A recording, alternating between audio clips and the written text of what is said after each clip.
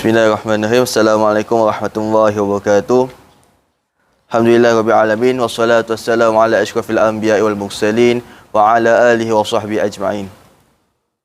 Qala Allah Ta'ala fil Qur'anil Aziz ba'da a'udzu billahi minasyaitonir rajim. Ya ayyuhalladzina amanu kutiba 'alaikumus syiyam kama kutiba 'alal ladzina min qablikum la'allakum tattaqun. Di dalam hadis an Abi Hurairah anna Rasulullah sallallahu alaihi wasallam qala man qama Ramadan imanan wa ihtisaban ghufira lahu ma taqaddama min dhanbi. Daripada ayat Quran yang anda bacakan sebentar tadi adalah ayat untuk pensyariatan, diwajibkan ke atas kita untuk berpuasa. Ya ayyuhalladzina amanu, wahai orang-orang beriman, kutiba alaikumus syiyam, diwajibkan ke atas kamu, iaitu kita semua, untuk berpuasa. Kama kutiba alal ladzina min qablikum, seperti mana diwajibkan ke atas umat-umat sebelum kamu. La'allakum tattaqun, mudah-mudahan kita bertakwa.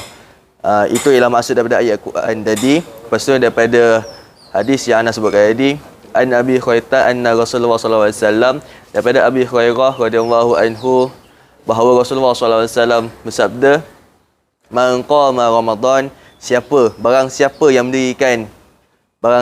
mendirikan bulan Ramadan imanan wa ihtisaban, penuh keimanan dan penuh pengharapan, ghufira lahu ma taqaddama min dhanbi, akan diampunkan segala dosa dia.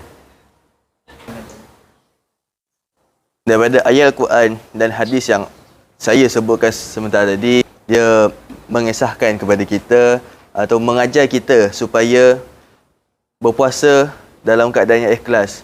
Maknanya tajuk saya pada hari ini ialah keikhlasan dalam kita berpuasa.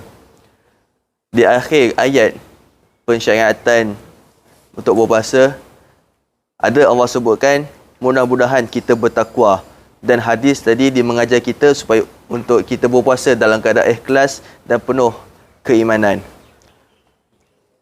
Cuba bayangkan jikalau kita betul-betul ikhlas kepada Allah Subhanahu Wa Taala, kita betul-betul penuh keimanan dan penuh pengharapan agar diampunkan dosa kita.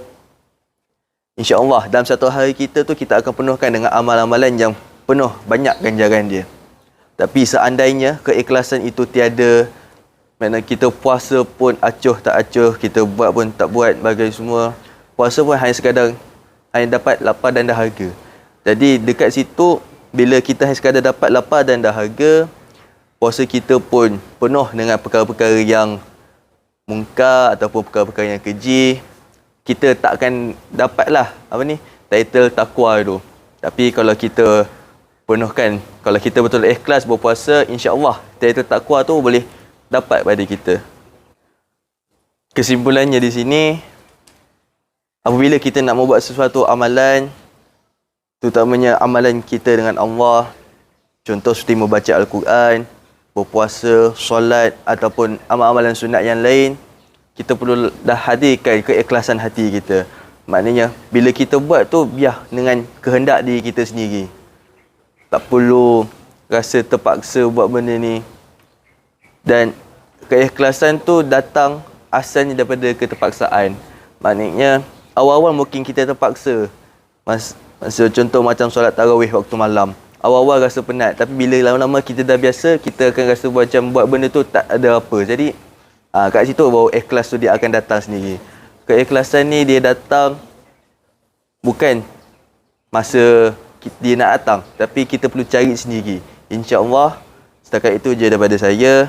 Sekian wabillahi taufiq wal hidayah. Assalamualaikum warahmatullahi wabarakatuh.